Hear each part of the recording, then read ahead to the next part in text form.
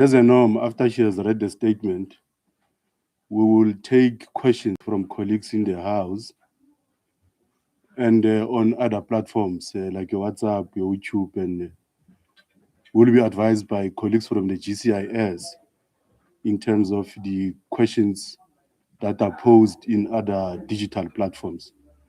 Minister Simelane.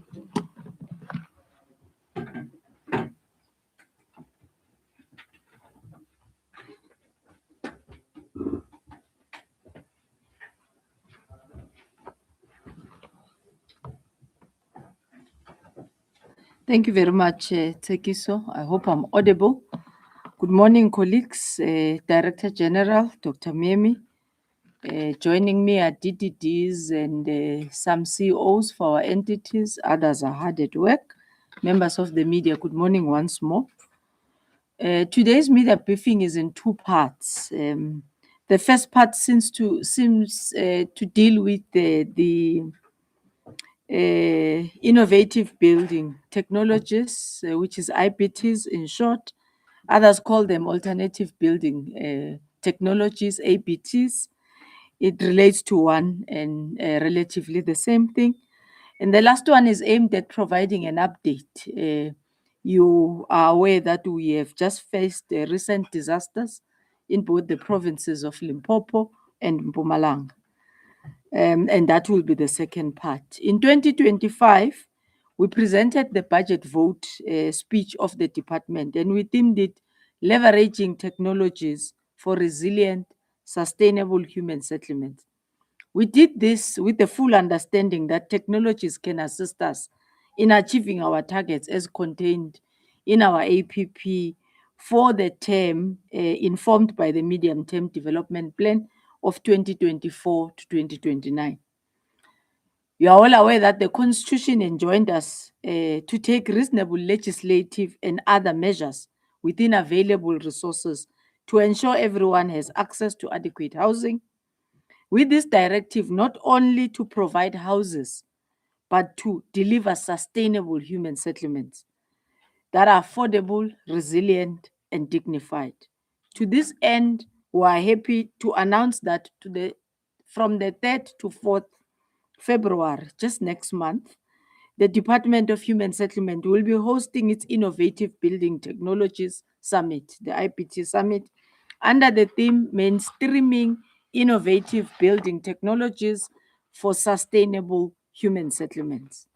The summit will be a national platform dedicated to advancing and showcasing innovative, sustainable, and scalable construction solutions that support the delivery of dignified houses, the eradication of informal settlements, and the mud houses. It will also strengthen our capacity to respond to housing emergencies stemming from disasters. The summit forms part of our strategic interventions, as I earlier indicated, which is aimed at addressing South Africa's persistent housing challenges, including housing backlogs, the continued existence of informal settlements, and the prevalence of mud houses and structural unsafe dwellings, particularly in rural and disaster-prone provinces. I'm sure when we follow the disaster and the weather patterns, we now know that there are areas which are persistent with drought and there are areas that are persistently wet with floods. So we regrettably have these natural disasters, and we all know that they displace our communities and damage housing infrastructure. But not only limited, the damage is not only limited to housing. It impacts negatively on our schools, any other government infrastructure like hospitals, clinics, and most importantly as well, roads. Our continues to experience, on another hand, rapid urbanization and population growth. These dynamics require new and innovative approaches to housing delivery that are faster, but safer, cost-effective, environmentally friendly and sustainable, but also climate resilient and capable of being deployed at any scale. So the summit seeks to provide a national platform where such solutions can be explored, assessed, and advanced through collaboration between government, private sector, and the civil society. We have held successfully pre-summits of almost all different stakeholders up to date, not to only have a summit as a discussion point, but also we have a pre-policy IBT summit. Yesterday, I was sitting with community-based organization. We have met with the finance streams. We have met with any other stream that could be of importance in ensuring that we carry through the building and a meeting of our mandate in terms of providing proper and better human settlements.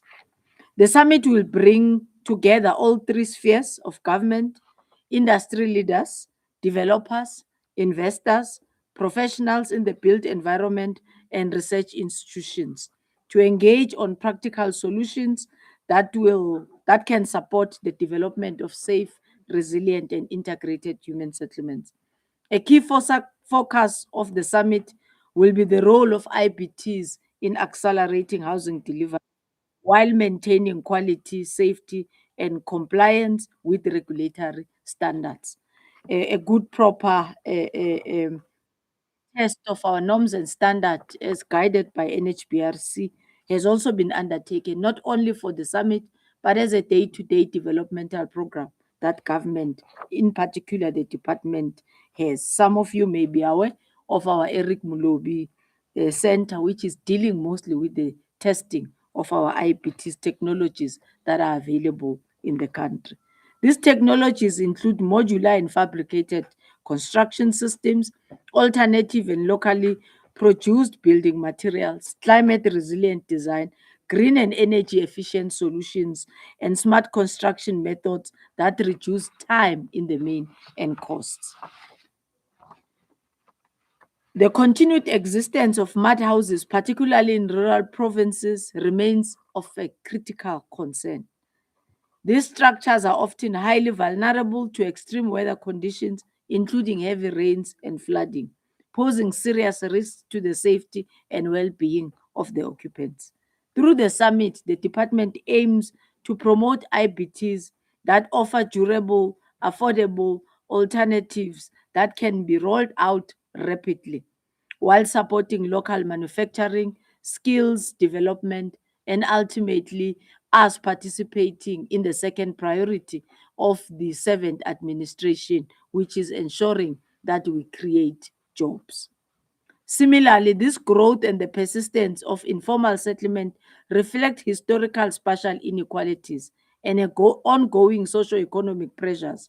Responding to this challenge requires integrated planning, savings lent in infrastructure investment, and innovative construction that offer faster delivery of permanent housing solutions. The summit will explore, amongst others, how IBTs can support in situ upgrading. You will know that most of our informal settlement, people have already settled. One of our programs is to unblock, to lessen the congestion. But then in the informal settlements themselves, people begin to build, which means you need to find alternatives and ways on how you could do in situ upgrading, and not only in informal settlements, but even in areas where you would want to build. It becomes very difficult to relocate our people, to move them from where they are used to staying, to introduce a new formalized settlement in an area that is very far from the comfort that they would have already created. So we're trying to find ways where possible. Of course, if it's not in a wetland, if it's not in an area that's dolomitic, it passed the tests for it as the land to be utilized for human settlements. On how best can we rearrange and create a better and a habitable human settlement. Rapid construction, I mean, the time and pace in which we do this construction is of importance, and the development of permanent, dignified housing that improves the quality and brings back the dignity of our people and also prevent them from any of the disasters. The summit will examine how modular and prefabricated and rapid deployable housing system can be used to respond to emergencies. If you compare ourselves in terms of construction rate of any other infrastructure with other developed countries, you know that we lag behind. It takes quite longer for us to put up any other infrastructure in comparison to other areas. So this approach, we wanted to support our commitment of ensuring that the disaster-affected communities are not subjected to prolonged periods in unsafe and inadequate living conditions. There are areas which we have provided temporary residential units as human settlements, but you will find that they don't no longer become temporary, they become permanent. They stay around 10 years or so because of the very same old used method that we use to build and how to give houses out. Of course, we do have challenges of the fiscus, but we could be able to put up innovative thoughts that could be able to accelerate the pace and time in which we are able to deliver with the little that we have. We'll also focus on aligning innovative solutions with the country's regulatory policy framework, including building standards, safety requirements, and environmental regulations. Our discussions will explore how the certification and approval process can be strengthened to enable the wider adoption of these in the sector. The summit will also feature a comprehensive exhibition platform, allowing technology providers and innovators to showcase solutions applicable to different housing programs. This exhibition will enable us and implementing agents and developers to directly engage with IPT solutions and assess the sustainability for the large scale development in terms of ensuring that we engage in solutions and assess the suitability of large scale development. We are doing this because we recognize that housing delivery must also contribute to economic transformation and inclusive growth. So therefore, we'll highlight opportunities for local production, enterprise development, skills transfers, and job creation. As a department, we are fully committed to rolling out the IPTs across the country. So thus far, for our 2026-27 grant framework, we have made a minimum provision of 2% spent on IPT-related projects. In fact, some of the metros, if not all, have already started rolling some of the projects on IPT solutions. We want to accelerate this, but we want to firmly introduce it. So our intention in February, as we summit, is that at the submission of the business plan, it doesn't become a talking show or a talk show only, but at the beginning of the financial year, which will be April, at least on all what we are giving on our projects development, a minimum amount of the grant, provinces and metros must make sure that they a budget for this IPT related, so that we can then be able to say at the end of the financial year, can we compare durability? Can we compare resilience? Can we compare the time it takes us to build a school versus the normal way on how we could be doing and performing as a country? Currently, 505 delegates have already confirmed their attendance with 43 departments because we intend to have a social compact. As we say, this cannot only be done in housing. How many years does it take us to conclude a building, a construction of a school or of a hospital or of a community a hall or a recreational facility with a housing or a skills training center in a rural area or even in urban areas? We want to make sure that the social compact make us to arrive there. Currently, 30 exhibitors who will practically be exhibiting their IPT solutions on the ground at Nazareth will also be given that opportunity, and they've already been and their participation confirmed. We are still not yet closed with the registration process in terms of accepting preliminarily to deal with the logistics of preparation for the IPT summit. So we're getting very good and positive response. We also seek to achieve the spatially transformed and socially integrated communities. Without speed, we will not be able to achieve this. And without speed, we will not be putting or dampening the increase of informal settlements. The more we construct slow and spend time, the more we indirectly put pressure on municipalities in terms of the land availability and the growth of informal settlements. We're currently sitting on 4,700 informal settlement. As you all know, as we are sitting here, there's one shack that is being built somewhere in the country, if not more. So we could, if we don't come with innovative suggestion, be counting a 476 4,076, 4,077. It means we need to cap and scale down on that information. We'll be facilitating, therefore, collaboration, knowledge sharing, partnership building to unlock the innovative solutions that can be implemented at a very much bigger scale, but more prompt. So the summit, the department, we are reaffirming our commitment of ensuring that all South Africans have safe, decent, and affordable housing. In closing this part, I'll then be dealing with Limpopo and Mpumalanga.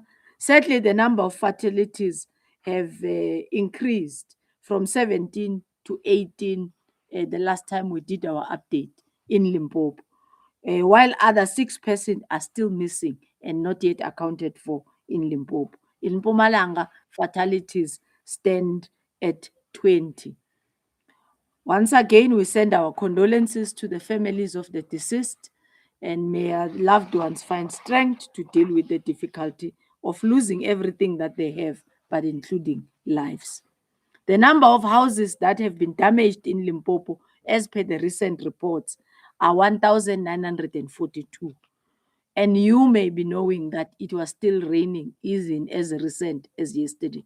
And some isolated rains are still expected in the both provinces right up until Saturday, Sunday. The number in Mpumalanga currently is at a total of 1,808 that were recorded to be affected by the disaster. The department responded promptly by sending assessment team to join both provinces from national and support their joint operation committees at the district level to assist one another to be able to come into this number. But as you may know, it is a moving target as it is still raining, particularly mud houses gets to be more affected. The weather conditions in Limpopo have made our work extremely difficult. Central to our work is providing the necessary interventions in the verification process and the prompt relocation of families or households. So you can't relocate people when it is wet and water is not subsiding firm enough. But we appreciate the assistance of the province led by Premier Ramatuba. They've been able to identify alternative land in the meantime where we could be able to put temporary residential units while we will go back to try and see if the assistance could still be given to the families in the areas where they've been living, or then it means a total relocation in that area. So to determine the full extent of the damage from the departmental point of view, and even other departments, including roads, including any other department that basic education, we are still at preliminary as it is still continuing to rain. We have decided to proceed, as I had indicated, with assisting households that have been verified in the numbers of both 1,942 in Limpopo and 1,808 in Mpumalanga. We're happy to report that we're at that advanced stage to start helping those households. Leaving from here, I'm on my way to both provinces.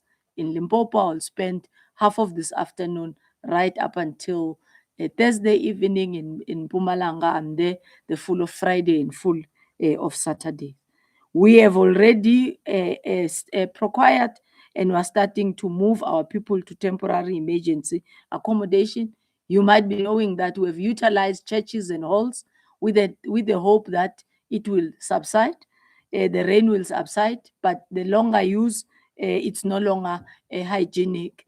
So our policy provide for temporary emergency accommodation where people can be removed from halls or churches or any other amenity that the municipality would have given them into a facility that is privately run. It could be a B&B, which is what we usually use locally, so that we can house those people, giving more priority to women and children to make sure that they are able to start to building.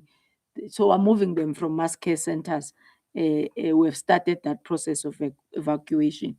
Our intention is not to keep them long there, but to start, we're going with contractors into the area of the temporary residential units with the following numbers, which have already been concluded based on the availability of land. We're dealing with about 73 in Bushbuck Ridge. We are accommodating 5 in Bloberg. We're accommodating 13 in Makado. You will recall that the president visited one area where almost about 40 houses were washed away in a place called Mbaula. We are going to be providing about 39 out of that. This comes from the overall number of what I would have been given, but the rest will be dealt with as we proceed and as the weather gets too clear.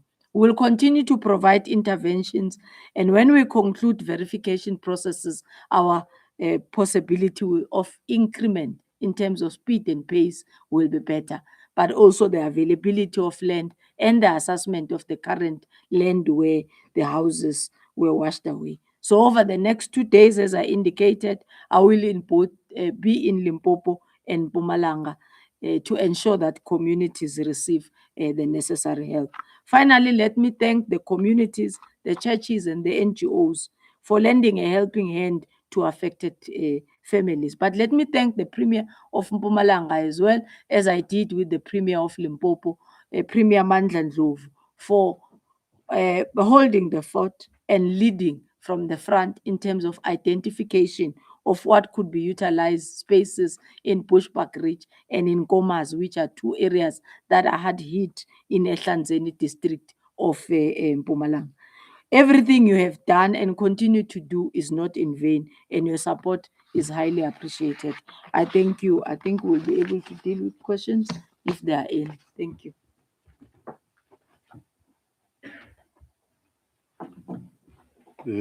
Thank you very much, Minister.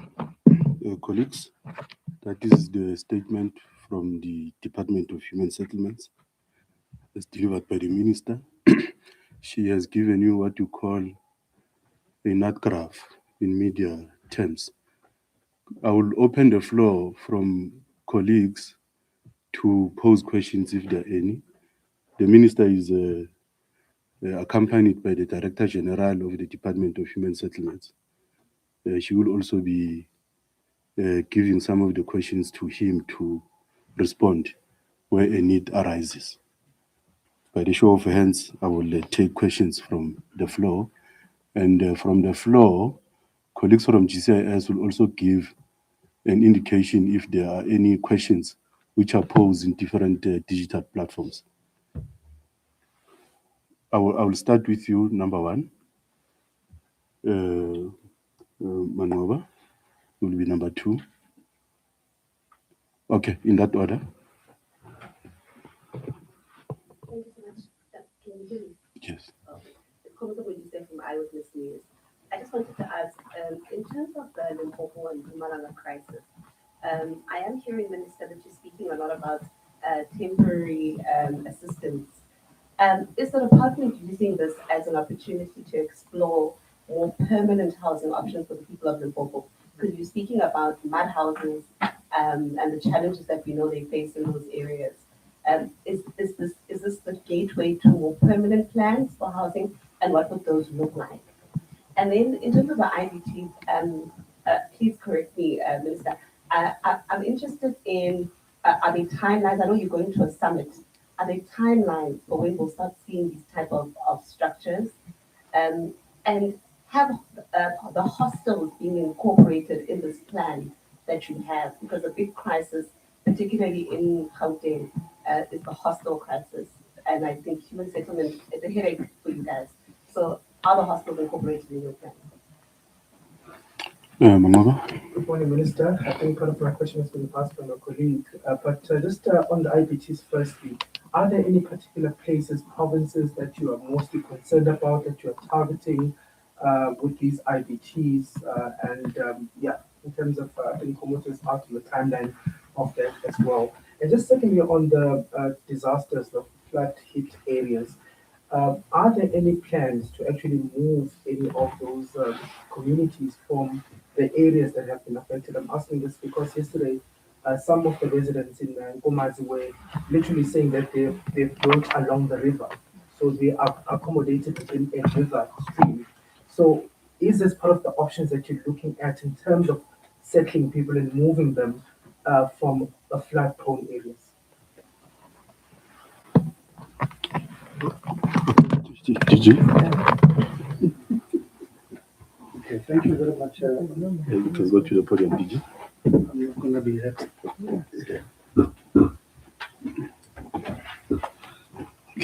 Thank you very much, Tekis and Honorable Minister. Let's start with the issue of permanent relocations, Minister. We have, with one of our entities, Mangoba, the Housing Development Agency, we started using drones and drone technology to map almost all informal settlements in South Africa, because we take it that for permanent settlements, the municipalities would have already proclaimed properly in compliance with the laws of our republic and the planning frameworks that they would not build in land not suitable for human settlements. So our focus therefore shifted quickly to informal settlements, where we know that the informal people will have placed themselves in that way. And in many instances where people built for themselves in that way, it's in an area that is not yet proclaimed as a township, and they are likely going to build along 100-year floodlines within those plains, and also in wetlands and unsuitable areas. We have begun the mapping. I think we are now at about 70% of the mapping exercise, and we have already identified where settlements appear to be in unsuitably located areas, either in valleys where hydrology studies must still be done to see patterns of flow of water and what happens in there. Because in other instances, even in Europe, there are settlements built in valleys, but water displaces very quickly that they do not flood. So we don't necessarily have to move everybody that is in a floodplain, but we have to follow up with hydrology studies so that we can make an honest determination. So you may ask, how long do we envisage this will take us? We think that by the end of the current financial year, we would have finished with the mapping exercise. And I'm saying so knowing very well that we are left, Minister, with almost just 2 months, but we are a bit confident that we'll finish with that. The key issue is going to be where it is obvious, and I'm saying obvious because those areas have flooded before. We know it, we have recorded it. In those areas, we have to start community engagements. It will be a lengthy, protracted process between municipalities at the coalface, councillors that would need to engage with communities in those wards and to determine. However, of import, we are linking this to a new program, primarily because you would not simply say to people, just move here, without offering them an alternative where to move. And if you do offer them an alternative, previously, before the current minister, we had hamstrung ourselves by saying that we'll only move them to where land is already serviced and developed. But the current minister has given us a clear directive to say, we've got to also consider suitable land can be developed, and that we can be able to block it properly in terms of how the settlement pattern must develop, create roads, create spaces for public open spaces and all of that. And later on, we'll bring the services, but people can settle. And we think that that is more important because it also improves security of tenure. We also, yesterday in the meeting with Abatlhalibasam Jondolo, had the same reaffirmation that they are looking even for title deeds, even to land that is not necessarily yet serviced. And we think that that's the way to go. This will help us move people speedily, quicker, knowing very well that the IDP plans for municipalities could then follow suit in terms of the allocations of the grants we are making to ensure that people are developed there. So yes, we will move people, but I must also caution, Minister will, I think, emphasize on this, is that we often meet resistance. There's no better classical example than of the people of Yaxkay next to Alexander. We have known for a longest of time, and I think you know very well that phase 7 and 11 of the Lufering mega housing project was specifically designated to be able to receive the people of Yaxkay. 70% of them, to be fair, have said that they are willing to move. But there are those that refused and rejected the offer. There are serious political issues and constitutional imperatives to consider. Does the state then force them? And you know we are from the era of forceful removals. Do we force them to move to Luferen? It's a choice ultimately we'll have to make and confront. But as it is now, we are preparing site to decant them from where they are in an unsuitable area. So the call I think Minister will make is that communities where they are staying in low-lying areas, please cooperate and accept that they would have to relocate and be moved to alternative lands. In as far as the issue of whether we are targeting, Minister, any specific provinces relative to the IBTs, for us, it's a wholesale thing. It's all provinces. I don't think that we are separating. Obviously, we are looking at the different types of technologies. Some may be suitable to coastal areas where it's wet, and as you can see now, and which are quite resilient to climate change. But others are hardy. They will be suitable to drier areas. So we're looking at all of that. And I think that the summit is a platform that should help us make determinations quickly as to which areas and what will be suitable where. But we are also calling upon, as Minister has said, a minimum spend that we have ring-fenced in the grants to say that the provinces have got to now, in earnest, beginning 1 April financial year, 2026-27, to start spending money in that. So it's generally all provinces as our target, but we are cognizant that in other provinces, the need for this is much more urgent, particularly provinces that face a huge backlog of housing. We think that if these technologies can be delivered faster, then provinces like Gauteng, like KwaZulu-Natal, like Western Cape that are most populous will enable us to move speedily. On the issue of the timelines, Minister, for IBTs, what are we looking at? Minister has already indicated that we are looking at commencement of building of these houses with effect from 1 April 2026.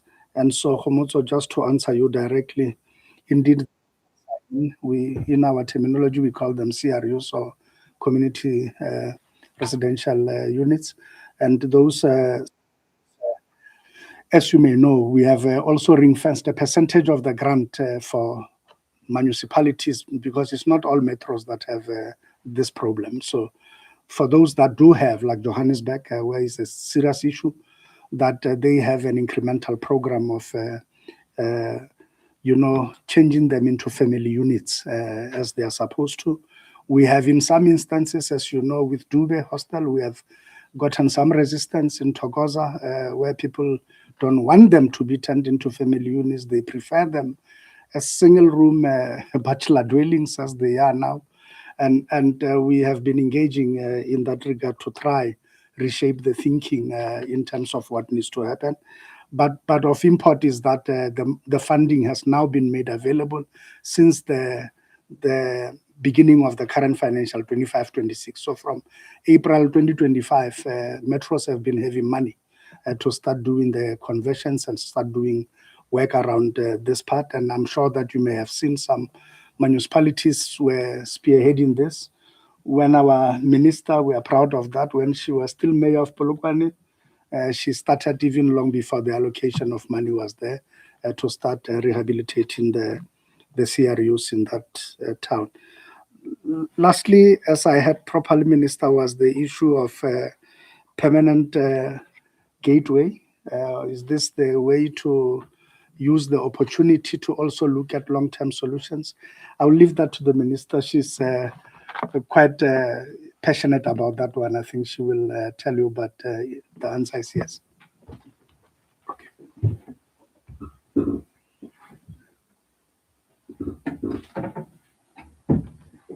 Thank you very much, DG.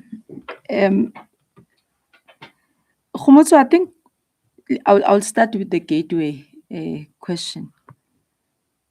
We've got to find permanent solution. If you look into our policy now, and that's why the DG says I'm passionate, because in every management meeting I preach this, that we can't spend 3 times for one beneficiary. Let's take the example of disaster or an informal settlement, that we don't tend to upgrade it fast. So what do? We besides the land, we create temporary services, and we take the money for the grant and spend repeatedly, because we must provide ablution. Because we can't leave you without an ablution because you are in an informal settlement. But for us not counting the time and fast and promptly, it makes us to remain in the interim and the intervention phase without really looking into permanent solution. If you look into disaster, our policy gives us 3 stages. It's a PEA, so the immediate evacuation will take you into a mass care center, whether it's a hall or a church. The department will start by providing habitable accommodation for you. We utilize in the townships or in rural areas where we find what you call a B&B or a small lodge, which is, yes, at the rate of what the locals will be paying. So we may be paying 400 rand for your family in a room. The policy says no more than 30 days. In 30 days, if we can't and the municipality does not have land, then we create a TRU, which is a temporary residential unit, which we are doing now in both Mpumalanga and Limpopo.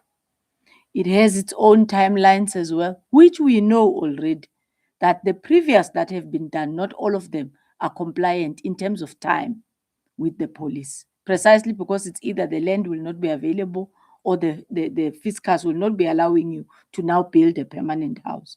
So you keep them in this temporary residential unit. But it's not for free, it costs. So what do you do then? Ultimately, you build a house. So the TA and TRU needs to be shortened as much as possible, that you spend very minimal on it, but rather pump on permanent solutions. What is our biggest weakness? It's time. Of course, the fiscus. But utilizing the very same fiscus, if we are able to move from a TA straight to a permanent solution, would have cut stage 2 and will not have spent a cent, or at least not to a same beneficiary or household 3 times. I think that's what we're trying to grapple with. And it gives us the answer that this needs to be a permanent solution. I don't want to name the countries which we might have seen even during when we were affected by COVID globally. Some countries will take 10 days to build a hospital. 10. And not just a ground, maybe 2-3 stories high hospital. But what does it also say when they don't need it? It's material that you can dismantle and move. So what is the history and the line of our infrastructure in the country? That becomes a white elephant. If you have built a taxi rank and the settlement has moved here because we have used permanent structure, it just remains. You can't even reutilize it. So we're looking really strongly in following, even internationally, how do we move? But we want to reduce so much on our timelines. We want to reduce on resilience, which is relative to where the area is, because it's not one size fits all, even in terms of the predictions of how our climate conditions will be. What is happening in the Eastern Cape is not necessarily what in the Western Cape will not be the necessary condition of Limpopo or Mpumalanga. The other one is coastal, the other ones are inland, and they suffer their difficult areas. DG touch on a very important point of the mapping. Earlier on, if you really follow the functions to the latter, The mapping is the responsibility of municipalities. But globally, as government, if you look into an intervention process, you realize that if you don't assist as a department, then you will take longer to find a solution. And we said one of our agencies, ATA, must first, that's why we now know how many informal settlements we have. So secondly, go with that assessment to tell us, where is this informal settlement sitting? What type of intervention, if we are bringing, can it be in situ or does it need relocation? All of it or part of it, etc. So that we design and approve in policies and in business plans that the province submit to us to say, in this region, we would want to build in this way. In this district, we would want to develop this. And we're able to argue to say, but that one may not be as urgent as that one. If you compare every information that has been given. We underestimate, I think, in appreciation, the role that the weather services play in the country in relation to early warning systems. I think without them, we wouldn't be surviving much as we are surviving now. And I think to take the information and utilize it futuristically, rather than just planning piecemeal when they say, thou it shall rain now, it's better when they are able to forecast that in the next years, this is how the river stream. I don't want to talk about the relocations. They are very difficult. I mean, you might have, some of you were part of my team when we went to KZN. The Lamontville area, you will recall, close to Mlazi River. And you will understand the old man saying to me, but I was born here. My father stayed here, he passed. I'm old myself, I'm 87 years. And you come 87 years of my life, you tell me I'm going to die because of the rain. It's raining for the first time. So, because everything he knows is here, neighbors, graves, everything, it becomes so difficult. The land was identified by eThekwini. But our rate in terms of relocation, because the people who are on the river edge, we cannot be able to spend again from the fiscals what we know that in the next set of rains, it will be washed away again. We face the same similar circumstances in Mutata. You will recall that we placed TRUs there. We have identified land assisted by the municipality, both Umtata and Butterworth, but we are struggling to get everybody to accept. The dynamics in that area were very much even difficult. Even where we wanted to place people, the locals were saying, we don't want them. You can place them, but you can't start delivery with them because nathi kudala silindile apha. So you want us to die first before uzosenzela qala ngathi. So you see the dynamics of why we need to accelerate the delivery. Our intention, as I say, in all the relocations and the disasters is no longer to go in a route. And we will have to face a mountain that APTs in our context have not been generally used. That South Africans and the acceptance needs quite a lot of community education. If you happen to attend the IPT, you will ask our exhibitors, many of them are doing well, even in Africa, building schools, building clinics, building hospitals, using APTs, but we still find it very difficult as a country to move towards APT. But what responsibility do we carry as government is to educate and show the direction that way the world is moving. I think DG dealt with the CRUs in terms of them being accepted, except that you forgot the fact that even in CRUs where you have built, where they agree that you need to build family units, at the end of it, when you are supposed to demolish the old, you move them to the new, they want to keep the old. And their language is usually not cordial. I must be honest. Their language is not cordial. So you will see, even in other provinces, in the same institute development, there's an old, you can't call it, there's an old structure and there's a new structure in the same premise, and both of them are being utilized. They say, I know Minister Siyabonga, usungahamba manje. Ngiyabonga.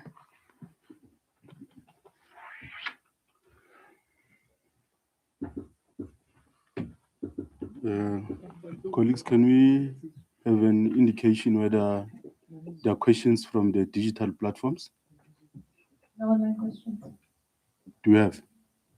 There aren't any questions. Okay. Can we take a last round?